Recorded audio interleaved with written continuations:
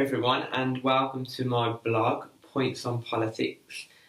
This week I've chosen to do a vlog post, and the issue I wanted to focus on was that of Jeremy Corbyn's leadership of the Labour Party. Now, I know his leadership has dominated the headlines for the last few weeks now, but what I wanted to focus on is what I believe he needs to do to be a successful leader of the Labour Party and be successful at the election in 2020. Now, firstly, I think one of the things Jeremy Corbyn needs to continue to do is to polarise British politics. And what I mean by that is that he needs to make clear distinctions between his Labour Party and that of the Conservative Party.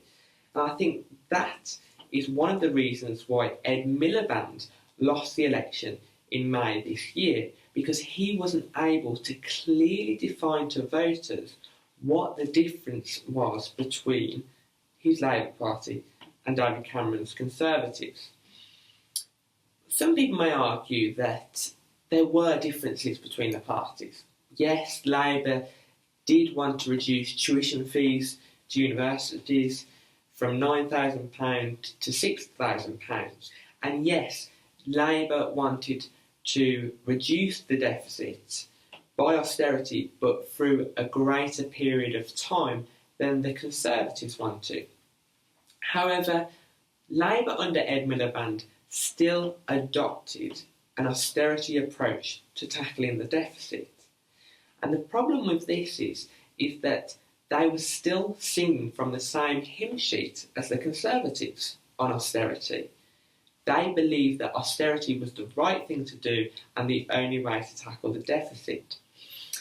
However, what we're seeing at the moment with Jeremy Corbyn is that he is offering a complete alternative to the Conservatives by saying that they won't adopt an austerity approach like David Cameron.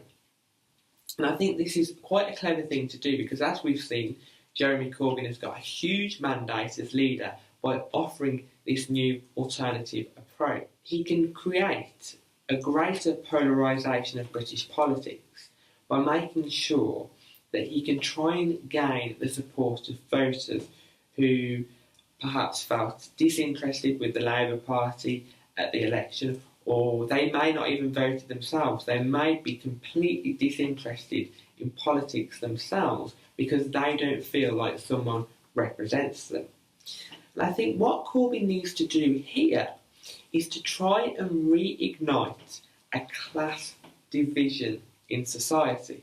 And that might sound quite bizarre, and you might be thinking, why would Corbyn want to do that when he wants to create a society based on equality, on fairness, and he wants to remove the hierarchical systems that we have in our society?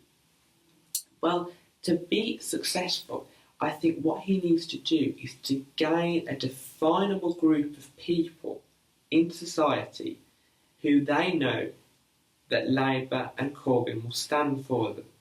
And I think over the last 10 to 15 years or so, there has been an emphasis on politicians standing up for the middle classes. So those voters who would perhaps believe in a strong free market economy, so an economy that hasn't got much involvement of the state, where there are private companies rather than nationalised companies, but they believe strongly in a good health system, so they believe strongly in a good national health service, but they also believe in strong schooling and strong education for all. So this has been the drive, I think, for most politicians to gain the support of these voters and to position themselves in the centre ground of British politics. But the problem with being in the centre ground is that trying to please everybody doesn't work. And we've seen this in the 2010 election, where we got a hung parliament, because I think most people didn't really know who to vote for. So we didn't get majority government, therefore we had to go for a hung parliament. Because of this emphasis that politicians had on trying to gain the middle class, I think there was the belief that the working class no longer existed. And this is understandable really, because there was a massive reduction in the industrial heartlands across the country. And so therefore there was the belief and there was the view that people were moving from an industrial sector in society more into the service sector, so people into retail, into into supermarkets, into clerical work, into secretarial work. The list is endless. And so when you view these people, when you look at these people, they don't look like the working class individuals as they once did in the 50s, 60s and 70s. They don't look like the likes of L.S. Lowry's individuals in his paintings. For instance, in his Coming from the Mill painting, he painted in 1930 when a vast amount of people were leaving the mills in the northwest of England from the factory life. People don't look like that anymore.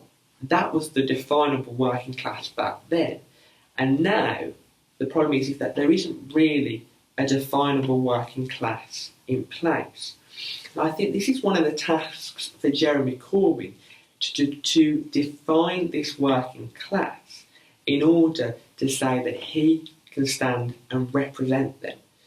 By giving this sense of a working class identity, what he would be able to do is to unify people around a common cause.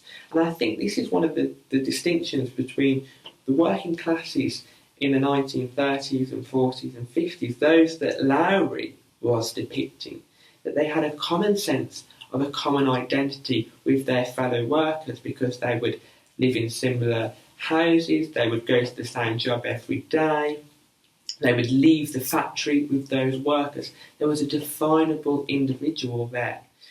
Now, one of the books I'm reading at the moment is Chaps by Owen Jones, the Guardian journalist. And his book, Chavs, The Demonisation of the Working Class, is a very interesting read, and I think he does make some very, very interesting points here about the working class identity. I don't agree with him on all of his points, and I don't agree that where he talks about how the working class were once considered to be the salt of the earth are now demonised as chavs. I don't necessarily agree with that. But what I do agree with Jones about is the issue of trade unions. Trade unions had given the workers in the industrial communities a sense of strength, solidarity and power. And all of this had created a feeling of belonging, of pride in a shared working class experience. That was just an extract that I read from his book. And I 100% agree with him there that there has been a reduction in the working class community. And as I was saying before, this is, I think, Corbyn's task to try and reignite this identity. And I think in many ways, Corbyn needs to try and, if he's going to try and gain the support of the likes of your service sector workers and your likes of your supermarket workers and your secretarial workers and all these people, he needs to push forward the treatment of these people and say, this is how these people are treated. They're treated on poor wages, if through the minimum wage, where they have to rely on tax credits, and the government is scrapping many of these tax credits for a lot of these people. And he needs to talk about how these people are perhaps exploited against or discriminated against through long hours and not being able to make ends meet.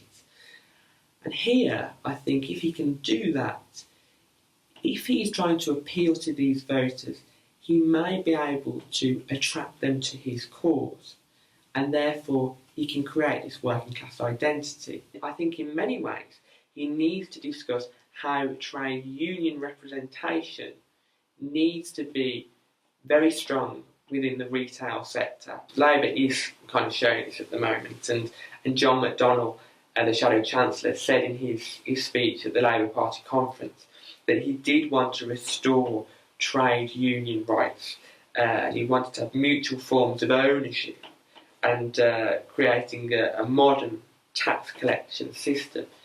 So there are signs that the likes of Corbyn and McDonnell and Labour are taking these steps, but what they need to do, I think, is to show a kind of statecraft here, whereby they are creating clear divisions in society, where people can feel like they belong to a certain class, which I don't think they really do anymore. It's very muddled, the class system is now. And I'm not saying the class system is right at all, but what I'm saying is that if Corbyn wants to be successful, the aim shouldn't be to try and attain the support of everybody. That has already been tried. And yes, it was kind of successful in 1997 under Tony Blair, when he won a resounding majority in the House of Commons by attracting the middle class voters. And yes, it was successful in 2001 and 2005, but it hasn't been successful from then on. It has actually been a hindrance to parties because it hasn't gained them a significant majority. This is where I think it is the opportunity for Corbyn to create this working class identity and to be a successful leader. That's all from me for now. Next time I'm going to be focusing on the issue of the Green Party, and can it be more than a minor party, or is it really sidelined to being a pressure group for the foreseeable future? If you'd like to comment on this video, if you disagree with it or if you agree with it, please feel free to do so. If you'd like to tweet me, just tweet me at McConkey. And if you want to read any of my other blog posts, please feel free to go on to Points on Politics. Thank you very much.